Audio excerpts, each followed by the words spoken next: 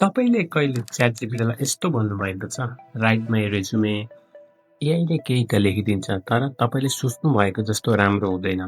अब एआईलाई यदि सही तरिकाले निर्देशन दिने हो भने तपाईँको टास्क एआईले धेरै राम्रोसँग गर्न सक्छ।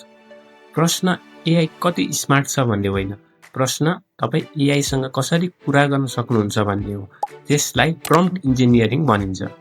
यदि तपाईँ एआईलाई अझ प्रभावकारी रूपमा प्रयोग गर्न चाहनुहुन्छ भने यो भिडियो तपाईँहरूको लागि हो। आज हामी प्रम्प्ट इन्जिनियरिङ भनेको के हो, किन प्रम्प्ट महत्त्वपूर्ण हुन्छ र कसरी सानो परिवर्तनले एआई टुल्सबाट धेरै राम्रो आउटपुट लिन सकिन्छ भन्ने कुरा सिक्नेछौँ। धेरै मानिसहरूले एआईले राम्रो उत्तर दिएन भनेर गुनासो गर्छन्, तर धेरै जसो अवस्थामा समस्या एआईको होइन, प्रम्प्टको हो। कल्पना गर्नुहोस्, यदि तपाईँ ट्याक्सी ड्राइभरलाई मलाई लैजानुहोस् मात्र भन्नुभयो भने उहाँले कहाँ लैजाने भन्ने थाहा हुँदैन। तर यदि तपाईँले मलाई जब स्नाइपर एकाडेमी लैजानुहोस् भन्नुभयो भने ड्राइभरलाई सबै कुरा स्पष्ट हुन्छ। एआई पनि त्यस्तै हो।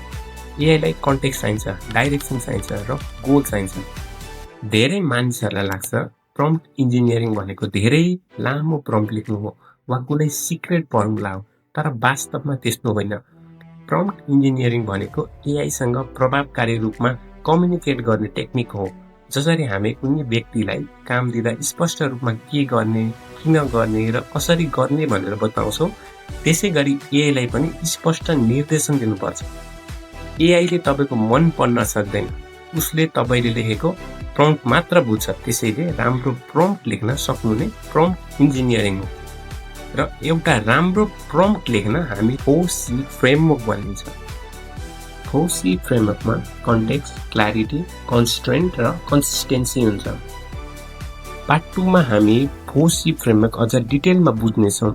र यदि तपाईँ एआईलाई सही तरिकाले प्रयोग गर्न सिक्न चाहनुहुन्छ भने जब स्नाइपर एकाडेमीलाई सब्सक्राइब गर्नुहोस्, यो भिडियो साथीहरूसँग सेयर गर्नुहोस्। फेरि भेटौँ अर्को भिडियोमा। धन्यवाद।